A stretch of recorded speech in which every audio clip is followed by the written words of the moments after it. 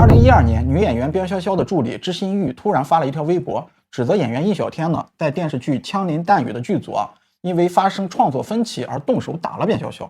随后呢，边潇潇呢就予以证实，确认自己呢被印小天殴打。起因呢是边潇潇跟印小天在拍摄过程中因为吻戏是否借位产生了冲突。随后边潇潇呢在社交媒体上公开指责印小天打女人，并且扯头发等等之类的这种事儿呢，就闹得挺大。而且印小天给人们的人设就是一种温文尔雅，就是正的发邪的那种形象了。对，然后立刻呢就引发了大家的轩然大波。这一系列事件被网友戏称为插刀教事件的导火索。当时据传闻因为剧本调整或者说其他我们不知道原因，至今没有人完全搞明白。对，双方意见不合，然后一方呢就觉着可以亲热一点，另外一方呢就觉着这个尺度太过了。结果话赶话，两个人呢现场就爆发了激烈的争执。但是让人大跌眼镜的是这还没完，不知道怎么就闹到这个社交媒体上面去了，而且吵架都升级成施暴指控，说印小天动手打女人。听到这儿，我们其实都有点懵我们不知道是真假。结果随后呢，印小天就发微博做出回应，否认了打边潇潇。后来边潇潇助理直接在网上放消息，说某位大牌演员改剧本耍大牌，还动手打女人，而且还放出了当时的监控截图。是截图不是视频。对，没有视频网友们一听那还能忍吗？立马就群情激愤，有些键盘侠甚至骂的印小天比抢银行的人还凶不仅对准了印小天本人开火，就连他妈妈都被拖出来一起骂。这个事儿传播速度就堪比病毒，一传十，十传百，一时间铺天盖地都是些负面新闻。而且最扎心的是什么呢？当时一些娱乐圈的明星朋友居然纷纷站队边潇潇，好像大家呢早就等着排队，等着插刀。插刀教这个词就是从这里来的。这件事最终有多少位明星出来站边潇潇呢？由于第一个出来说话的是杜淳，所以网友们叫做插刀教的教主。他说的是什么呀？兄弟，男人一点，出来道歉。第二个出来力挺的就是杨紫，咱杨哥。不过这个可以理解第一个是黄圣依和边潇潇是同学，杨紫应该跟他也很熟悉。第二是杨紫就是电视剧《枪林弹雨》这部戏的制片人。杨紫当时说话还是挺有分量的并不是现在一个搞笑的形象，毕竟是制片人嘛。他说什么呢？他说印小天，你已经被人民群众包围了，劝你放下侥幸，跟潇潇和剧组道歉。大家都觉着他是最了解内情的人所以说随后呢又出现了男四大护法和女四大护法，李晨、贾乃亮、保剑锋、黄觉纷纷站出来表示我们跟边潇潇都合作过，认可他的人品，而且这些人呢已经和边潇潇通过电话了，他呢已经哭得梨花带雨了。如果说印小天你还是个男人的话，你就出来道歉。每个人呢都是言之凿凿的说已经证实了是真事儿女四大护法是谁呢？是薛佳凝、王珞丹、李小璐还有董璇。因为贾乃亮和王珞丹都是边潇潇的同学，所以说他们之间应该是很熟悉的。觉着自己的老同学被欺负了，就不得不出来说一句公道话。王珞丹说的也挺有意思的，他说什么呢？他说是真相大白了这个世界到底怎么了？然后顺便呢就是抱怨了一下演艺圈除了这10几个人之外呢，文章和马伊琍也出来力挺边潇潇。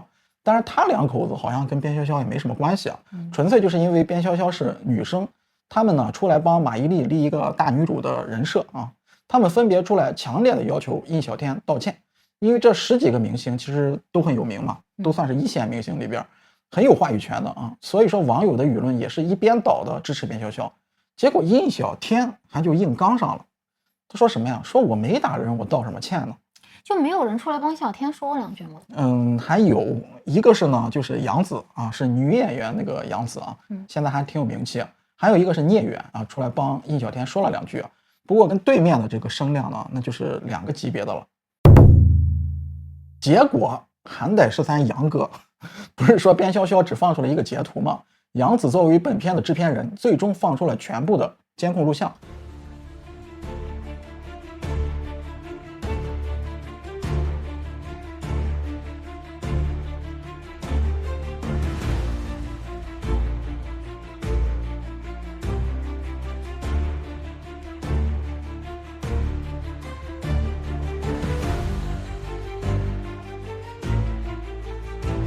并且说了在我的调解下，各位兄弟姐妹已经冰释前嫌了，和好如初了，以后会有饱满的工作热情拍戏。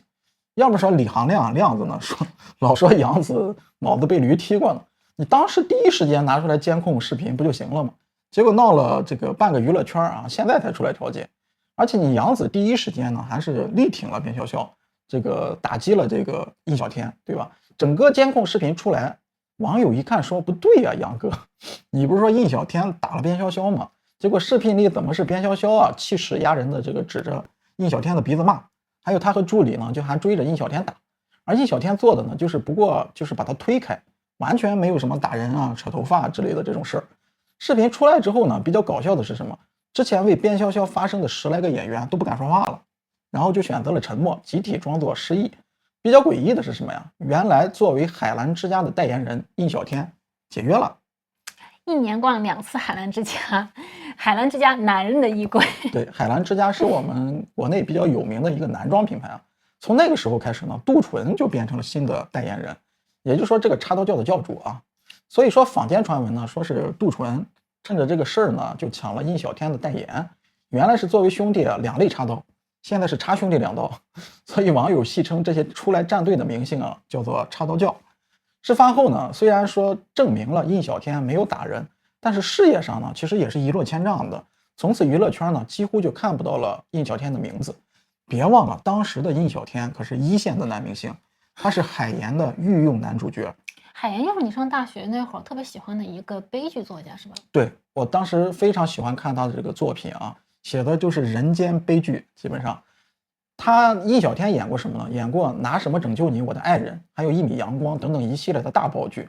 边潇潇呢，从此更是在内娱查无此人了。其实这件事到最后也没有赢家啊，边潇潇后来也因为这件事情也没有什么戏可拍了，对，好像还说他直播卖什么高档茶具之类的，也是无人问津吧。对，也没人看，也没人买。杜淳之后还上过吐槽大会，说自己这件事啊对自己很有影响，说自己莫名其妙就成了教主了。其实自己跟印小天也只是合作过啊，并不是什么关系很好的兄弟，否认了自己跟印小天的这个关系。其实当时啊，真实想法是什么呢？就是作为一个爷们儿，你怎么着都不该跟女孩动手啊。至于代言呢，也没有抢这个说法，自己是2011年已经跟海澜之家签了合约了。插刀教事件呢是2012年，时间上呢还差很远，只不过恰好自己和印小天都是海澜之家的代言人而已。我很莫名其妙的就成了这个插刀教的教主。何为插刀啊？那插刀那肯定是要背叛兄弟，那才能叫插刀。但是其实我跟对方啊，我们其实也就只是合作过啊。但是我也不明白为什么在网上我们就成了好兄弟了。在这之后呢，其实2个人还一起上过《追光吧哥哥》这个综艺啊，连在娱乐圈见多识广的金星都表示震惊，说这2个人你也敢走到一起去啊？那没打起来。对，这2个人确实没打啊，不过私下也不好说。杜淳呢还主动的跟印小天打了招呼，对方呢也给予了回应，算是2个人冰释前嫌了吧。虽然这个事情已经过去很多年了，印小天跟杜淳好像2个人也经历了世纪大和解，所有的恩怨呢就已经随着时间的流逝慢慢的就淡化了。不过再提起当年这个事，印小天还是挺感慨的啊。对于他如今的这个处境呢，许多观众也表示了心疼。毕竟如果没有出现这档子事儿啊，他现在可能是娱乐圈的一哥，因为当时就是非常有名的演员。对于杜淳的这些说法，你相信吗？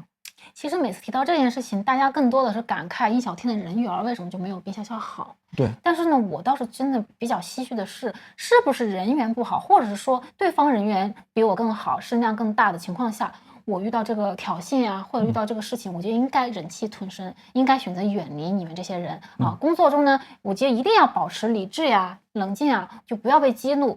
这件事情反正最后已经不是动不动手，或者是他冤不冤枉的问题了。最后2个人就是形象都不好看，而且边潇潇这个声势浩大的把这个事情搞得这么大，最后回旋镖真的是正中眉心了。其实我也遇到过类似的事情吧，就是当时刚入职场的时候啊，职场菜鸟新人就被一些不怀好意的人就拿出来当背锅侠也好啊，出气筒也好，当下其实都是很想撂挑子的，但是你事情你可以不干，你气也可以去出，但是我的职业素养也会被质疑啊，这个人是一个不负责任的人，脾气来了什么都不管不顾，对吧？对，我也很担心以后会影响到我以后的工作，所以一想也不值得，就只能忍了，把这个事情圆满的做完，最后和平退出，对你对我大家都好。虽然很憋屈吧，但是对于当下的我来说，这其实是一个最明智的选择啊，也是我当时进入社会学到的第一课。所以如果你遇到印小天这种事情，你会怎么办？我想了想，确实是很难办，因为什么呢？比如说一个人，尤其是一个男人，被人诬陷打人啊，或者说被女生诬陷这个骚扰了，甚至是扶这个倒地的老头老太太了。如果说没有监控，我就想不出一个更好的办法来。这件事也是啊，插刀教事件也是，最后是因为杨子拿出来全部的监控，然后印小天才洗脱了自己所有的嫌疑，对不对？要不然呢，就会一辈子背着打女人的这个名声继续过下去。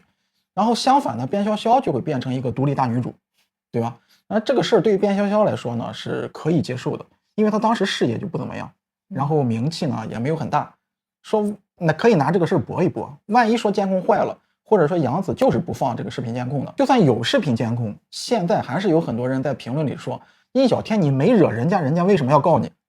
然后这种言论呢，其实一直存在在印小天的社交媒体上，就属于跳进黄河也洗不清了。就受害者有罪论嘛。对，那你会怎么办呢？这种情况，报警吧。就比如说你说我打人了，那么我就请警察来调监控，对吧？嗯，如果面对执法部门或者面对证据，你还能睁着眼睛说瞎话，那我算你牛。对，而且说真的，我觉得最后边潇潇也要为自己的所作所为负责吧。整个事件里面根本没有赢家，大家都输了人品又输了事业。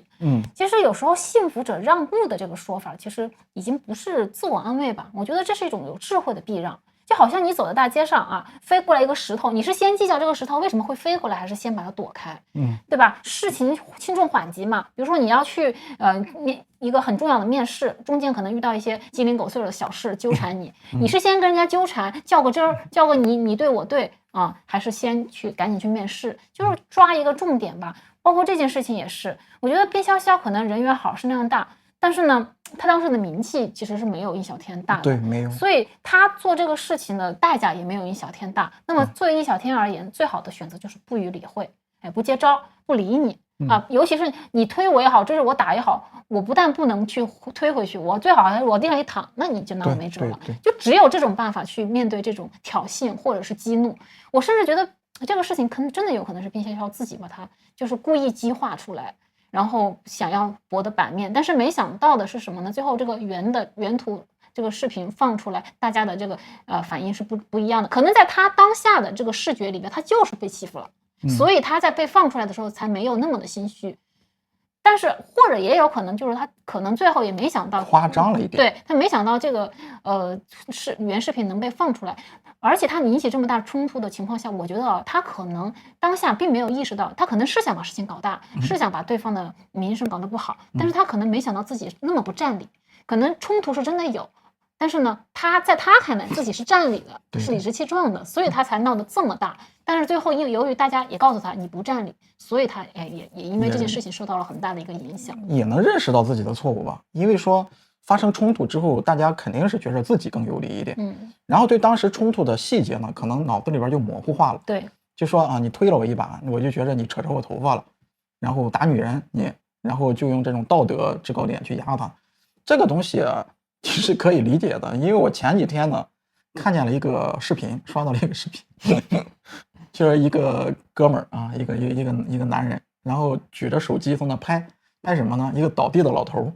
他那个文案里边说什么？说我怕被讹，所以我把这个过程扶人的这个过程全部拍下来了。结果果然被讹了。那个老头站起来跟家属也来了，站起来就说：“哎，你怎么撞人啊？”然后他说：“我没撞人啊，我这有视频呢。”他说：“视频我看不懂，我老了我看不见，我就记忆中就是你撞的。”说最后呢，他就没办法，就把警察叫来了。警察看了一下视频，说。他没撞你啊，他没撞你，然后这两个事呢，你俩就算了，然后就走吧。哎，这个小伙子还说，哎，这不能走，他诬告我呀，对不对？你们诬告我，怎么能说完这个道歉就轻飘飘的说一句对不起就算了呢？这个事儿，你也得就是付我的这个误工的这些费用啊之类的。那警察对他嘿嘿一笑，说你还想让这老头赔你？我跟你说啊，你就上去扶他这个动作，就算你这个事儿最后闹到法院去。法院还真有可能判你一定的责任，为什么？因为他躺在地上的时候，你不知道他的伤势是有多重的，你在他扶他的这个过程中，还真有可能给他造成2次损伤。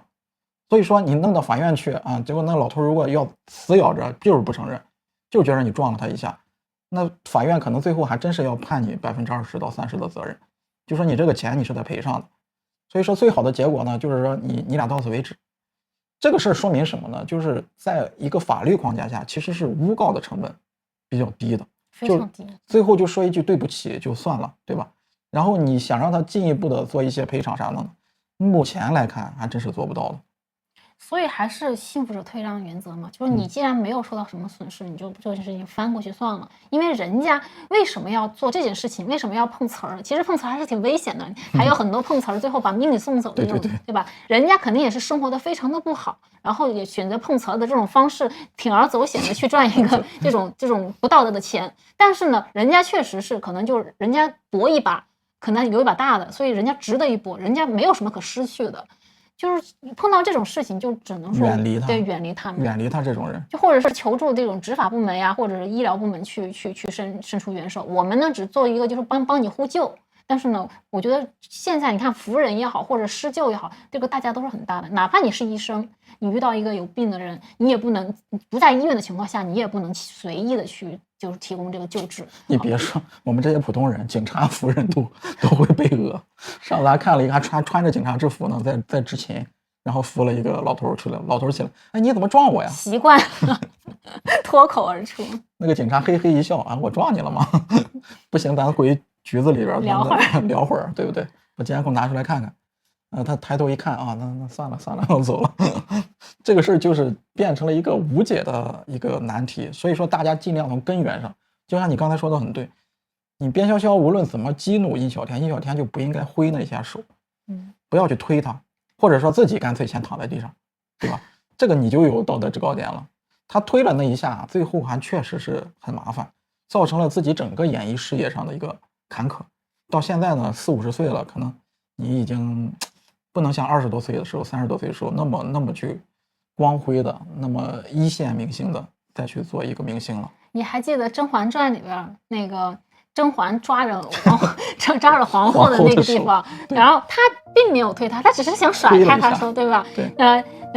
皇后娘娘推了新娘娘，这个东西就是前车之鉴啊。我觉得当时边潇潇对印小天的这个行为，其实跟这个很像。这种事儿太多了，所以说大家就这一下手都不能挥的，就只能说啊，你把我拽疼了，你哪怕你扬一点。对，你就放那，那也是拽我呗，对吧？